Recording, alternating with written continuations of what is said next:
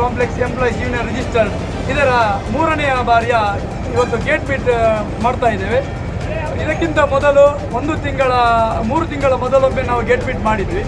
ಅದಕ್ಕೆ ಸ್ಪಂದನೆ ಸಿಗದಿದ್ದಕ್ಕೆ ನಾವು 2/5/2023ರಲ್ಲಿ ಮತ್ತು 3/10/2023 2 ದಿವಸದ ನಾವು ಗೇಟ್ ಮೀಟ್ ಮಾಡಿದ್ವಿ.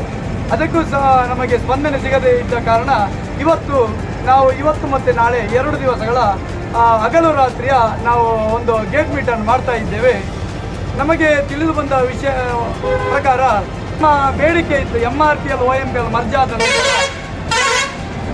MRPL PDF ಎಂಪ್ಲಾಯೀಸ್ಗಳಿಗೆ ಸಿಕ್ಕ ಸೇಮ್ ವೇತನವನ್ನು OMPL ಎಂಪ್ಲಾಯೀಸ್ನ ನಮಗೂ ಸೇಮ್ ವೇತನವನ್ನು ನೀಡಬೇಕಾಗಿ ನಮ್ಮ ಬೇಡಿಕೆ ಇತ್ತು.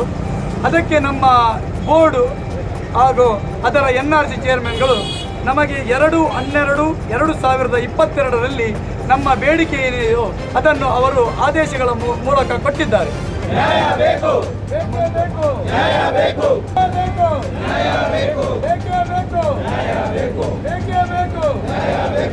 ಆದರೆ ನಮ್ಮ MRPL ಸಂಸ್ಥೆಯ ಆಡಳಿತದಲ್ಲಿರುವ ಕೆಲವು HR, GGM HR ಹಾಗೂ ಇತರ ಅಧಿಕಾರಿಗಳು ನಮಗೆ ನಮ್ಮ ಬೇಡಿಕೆಯನ್ನು ಈಡೇರಿಸದೆ ನಮಗೆ ಅನ್ಯಾಯವನ್ನು ಮಾಡ್ತಾ ಬಂದಿದ್ದಾರೆ.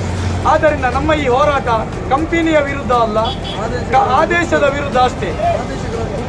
ನಮಗೆ ಸಿಗಬೇಕಾದ ನ್ಯಾಯಯುತವಾದ ಬೇಡಿಕೆ ಇದೆ, ಅದನ್ನು ಕೊಡದೇ ಇರುವ ಕಾರಣ ನಾವು ಈ ರೀತಿಯ ಒಂದು ಹೋರಾಟವನ್ನು ಮಾಡ್ತಾ ಇದ್ದೇವೆ. ಇನ್ನು ಮುಂದೆ ನಮ್ಮ ಬೇಡಿಕೆ ಈಡೇರದೇ ಇದ್ದಲ್ಲಿ ನಾವು ಇನ್ನೂ ತೀವ್ರವಾದ ಉಗ್ರ ಹೋರಾಟವನ್ನು ಮಾಡಲಿಕ್ಕಿದ್ದೇವೆ ಎಂದು ಈ ಮೂಲಕ ನಾನು ನಿಮಗೆ ತಿಳಿಯಬಯಸ್ತೇನೆ.